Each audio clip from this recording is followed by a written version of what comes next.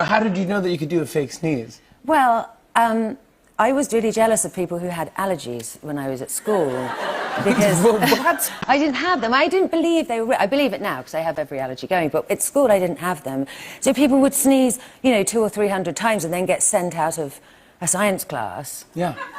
I had nothing, so I sort of worked up a really convincing sneeze and then tested it out. Hey presto, outside I was doing something more fun.